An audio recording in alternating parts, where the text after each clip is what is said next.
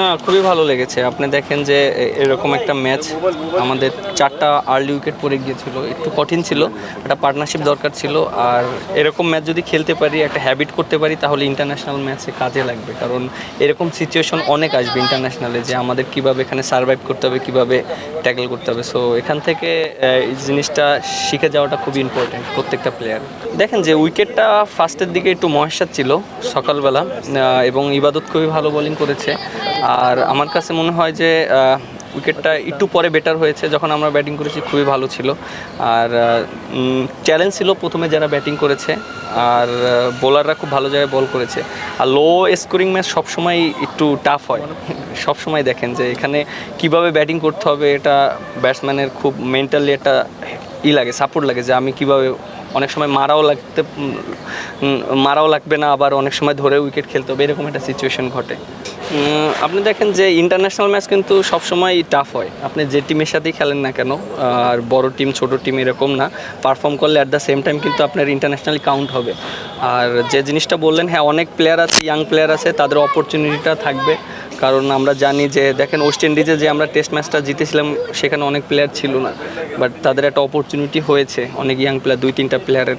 আবার হয়তো এই সিরিজেও অনেক ইয়াং প্লেয়ারদের অপরচুনিটি হবে, but at the same time তাদের পারফর্ম করাটা খুব ইম্পর্টেন্ট। কারণ আপনি দেখেন যে আমাদের মোস্ট যারা সিনিয়র প্লেয়ার, তারা কিন্তু অলরেডি রিটায়ার্ডে চলে গেছে, এবং আস্তে আস্তে দায়িত্বটা আমাদের নিতে হবে, এবং যারা আছে তাদের পারফর্ম করতে হবে। কারণ আমাদের বাংলাদেশটাকে একটা স্টেপে নিয়ে যেতে হবে। এখন সেই রেসপন্সিবিলিটি আমাদের সবার, কীভাবে আমাদের ভালো করতে হবে, এইসব সিরিজগুলোতে ভালো করে করে আমাদের বাংলাদেশের যে আমরা যেখানে ইমপ্রুভ করতে পারি, সেই জায়গাটা নিয়ে যেতে পারি।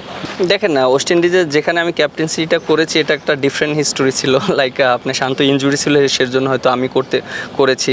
আর এখন যেহেতু সামনে জিম্বাবুয়ে সিরিজ, চ্যালেঞ্জ প্রত্যেকটা ম্যাচই থাকবে।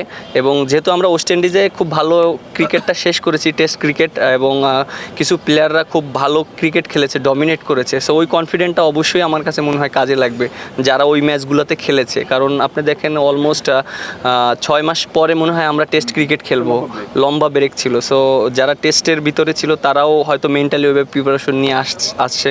হয়তো আমাদের সামনে 10 দিনের মতন আমরা একটা সময় পাবো টেস্ট খেলার আগে, তার ভিতরে হয়তো আমরা প্রিপারেশন নিয়ে গুছিয়ে ফেলতে পারবো। দেখেন যে উইকেটটা ফার্স্টের দিকে একটু মহেশাত ছিল সকালবেলা, এবং ইবাদত খুবই ভালো বোলিং করেছে। আর আমার কাছে মনে হয় যে উইকেটটা একটু পরে বেটার হয়েছে, যখন আমরা ব্যাটিং করেছি খুবই ভালো ছিল।